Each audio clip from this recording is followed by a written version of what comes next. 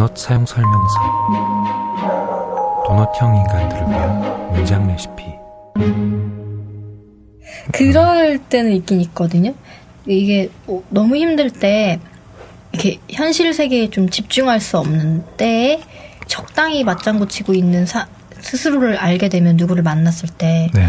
되게 별로다라는 생각을 할 때는 있거든요. 그러니까 마지막 사회성을 발휘해서 이렇게 대화를 하고는 있는데 속으로는 이게 중요해? 라는 생각을 좀 할 때 같을 때가 있어서, 그러니까 스스로에 대해서도 그렇고 상대에 대해서도 이런 얘기가 지금 나한테 잘 안 와닿는데? 라는 생각을 하면서 누군가를 대할 때 나 지금 되게 잘못하고 있구나 라는 생각을 문득문득 깨달을 때도 있긴 있는 것 같아요. 그래서 그 잘못을 하기 싫어서 그나마 좀 이 연결되어 있는 상태를 유지하려고 하는 것도 있는 것 같고, 아마 이 지금 책에 나오는 인물도 도망치고 떠나가기는 하지만 네. 또 거기서 어떤 사람들을 만나고 인연을 이어가긴 하잖아요. 그렇죠. 그게 피상적이어도. 그래서 완전한 도망이나 완전한 도피 자체가 여기도 계속 얘기하지만 자본주의 안에서는 사실상 불가능한 걸 알고 있는 상태. 그러면 그 불가능한 상황에서 내가 무엇을 선택하고 책임지는지에 대해서 생각해보자. 약간 이런 얘기를 하고 있는 것 같기는 해요. 저번 녹음할 때 제가 고상함에 대해서도 얘기를 한번 했었고, 네. 고상함을 유지하기 위해서 돈이 네. 드는 것 같다. 네. 이런 얘기했던 것도 기억나고. 맞아요.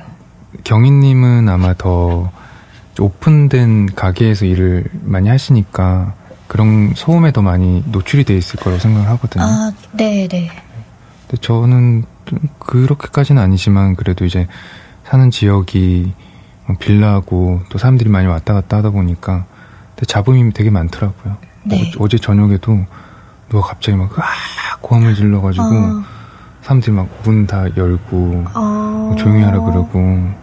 고함을 지르는데 조용히 하라 그래요? 무슨 일이 있는지 네. 보는 게 아니라? 그거는 크게 상관없는 것 같고. 그리고 막 주차 시비 같은 것도 많이 붙고, 그러면 막 정말 험한 말들이 오고 가고.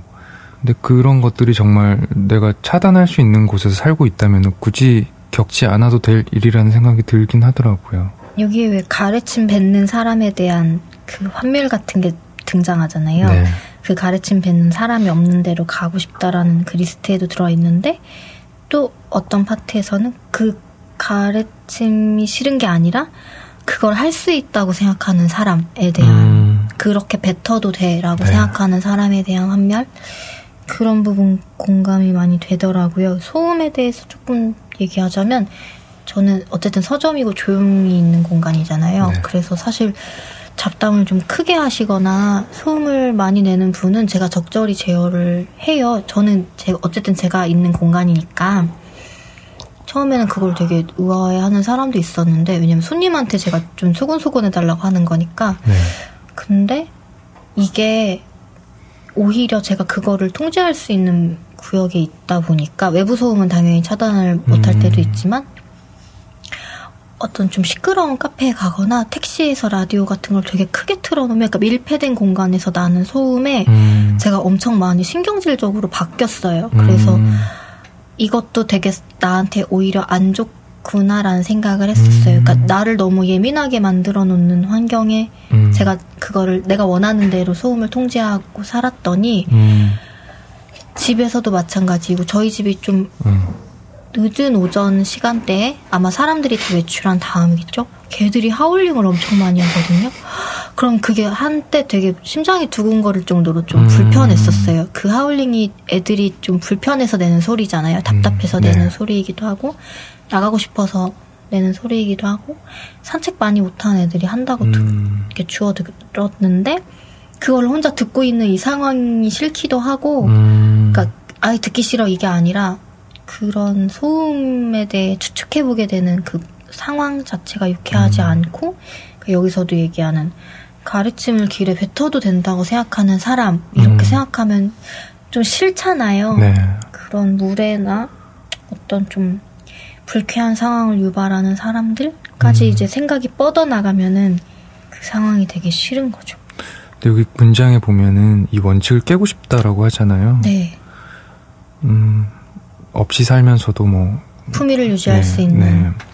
근데 그런 사람들이 있어요. 이렇게 이 원칙을 깨고 사는 사람들도 사실 많아요.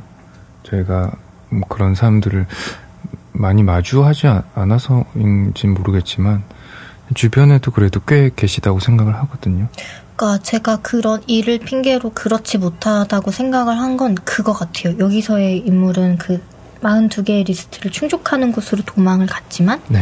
저는 아까 막 엄청 욕심이야 라고 얘기했지만 저도 욕심을 내는 리스트가 있는 거죠. 지금 하고 있는 일을 계속하고 지금 살고 있는 거주지에 살고 그거는 결국 서울에 머물러야 된다. 그러니까 어떤 경제적인 부분이 내가 너무 아득바득하고 좀 버거워라고 느끼면 사실 그거를 좀 덜 일하고 충족할 수 있는 곳으로 나를 옮겨가면 되는데 지금 그럴 생각이 없는 것 자체가 욕심인 거잖아요, 사실은. 네.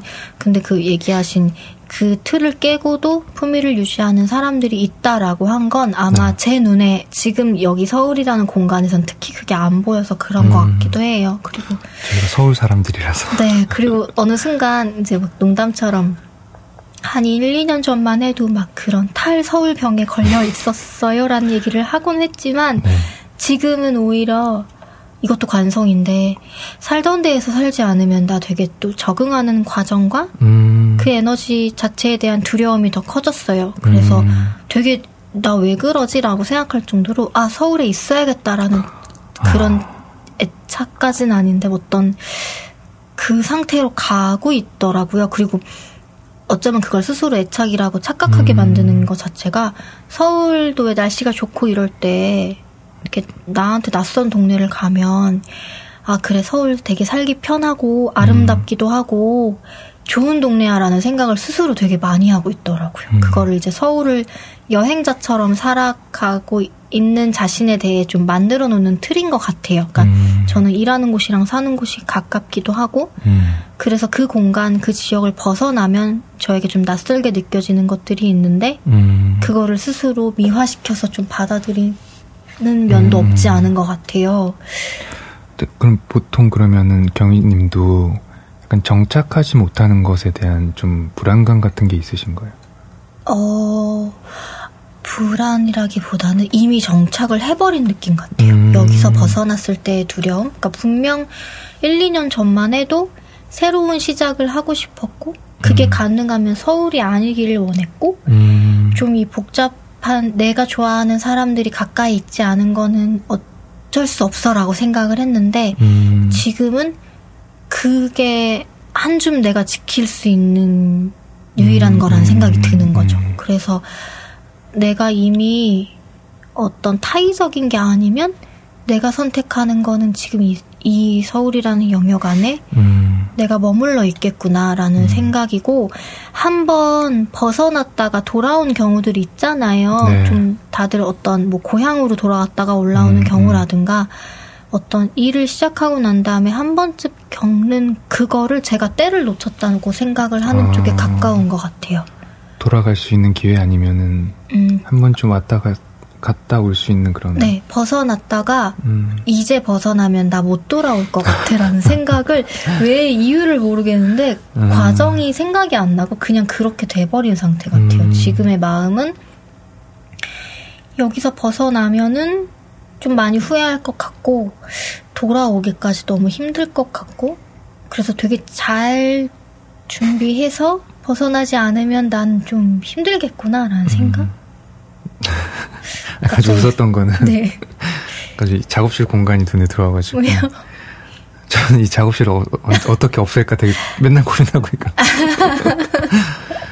정착했다라는 느낌이 들기 시작하면은 너무 불안해지고 되게 싫어지고 막 이런 기분이 있어서 저는 어쨌든 살면서 집을 사지 않을 거라는 목표 같은 게 있어가지고요. 집을 산다라는 게 그냥 말 그대로 산다는 개념이 정착의 의미랑 저는 조금 연결이 지어지면서 또 제가 뭐 건물을 사서 이거를 돌릴 것도 아니고 뭔가 돌이킬 수 없는 선택의 네. 종착지 같은 느낌인 네, 저희는 건가? 자본주의의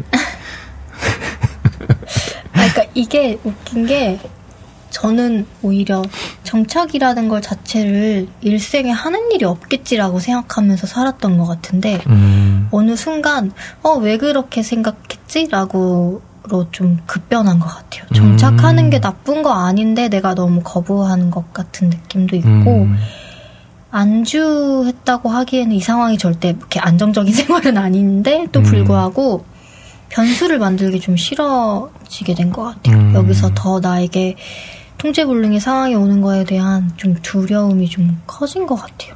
그리고 사회 안에서 하고 있는 역할 자체도 사실 해가 갈수록 더 커진다고 생각은 해요. 역할의 크기가. 네. 이 영역에서 벗어나기에는 네. 뒤에 제가 마지막에 고른 문장이 그거랑 연결되긴 하는데 아무튼 이 사람이 지금 홀가분까지는 아니지만 떠나가는 상황에 놓여 있고 떠난 다음의 이야기잖아요. 네. 그래서 그런지 조금 그런 왜 나는 예전에는 도망이나 도피까지는 아니어도 언제든지 좀 이 상황을 바꿀 수 있어 내가 선택할 수 있어라고 생각했는데 갑자기 그런 생각을 안 하고 산 지 너무 오래된 것 같은? 그러면 다음 문장으로 넘어가 볼까요? 네. 다음 문장은 50쪽에 있습니다. 네. 사물의 원리를 알고 싶다. 세상이 돌아가는 원리 말고 돌아가지 않는 세상들의 원리를. 인생에 몸을 담긴 담그되 자기에게 유리한 쪽으론 여간에서 머리가 안 도는 이들의 머리를 까보고 싶다.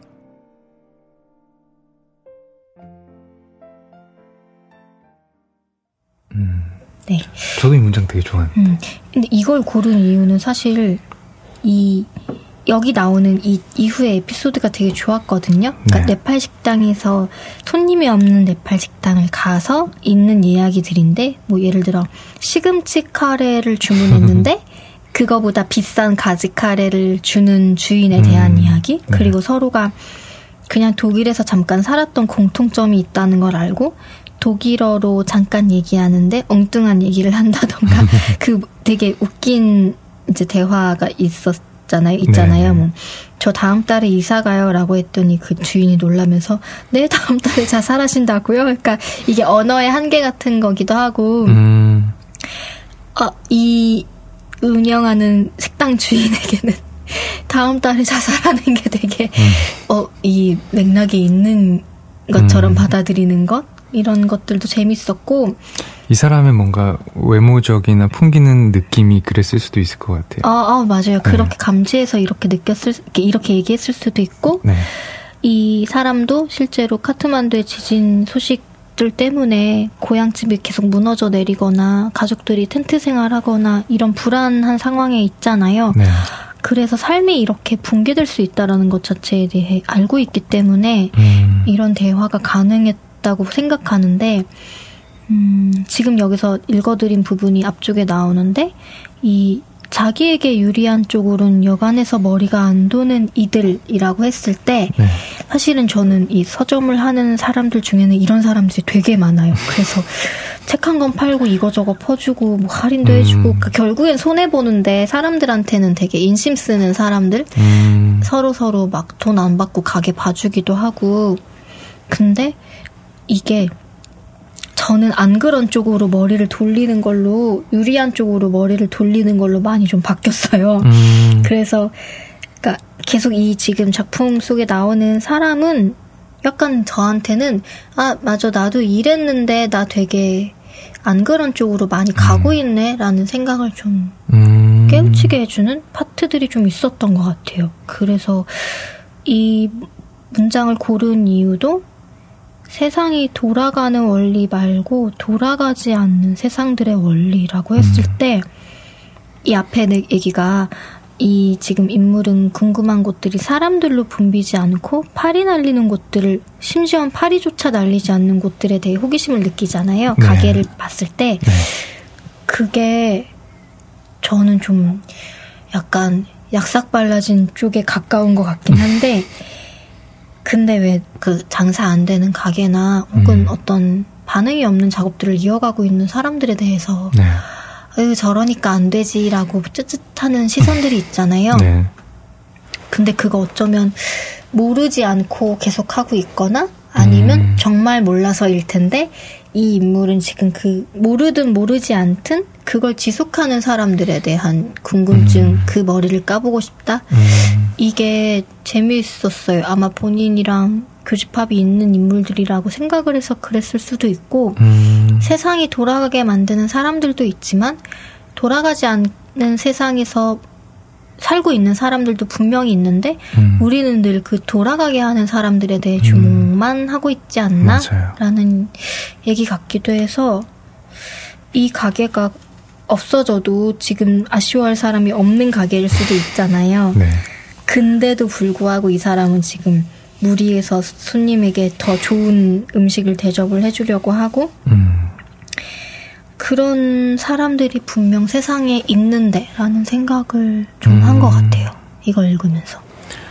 아까 저희 읽었던 문장에 그 네. 원칙을 깨는 사람들이 이런 사람들이겠죠? 네, 맞아요.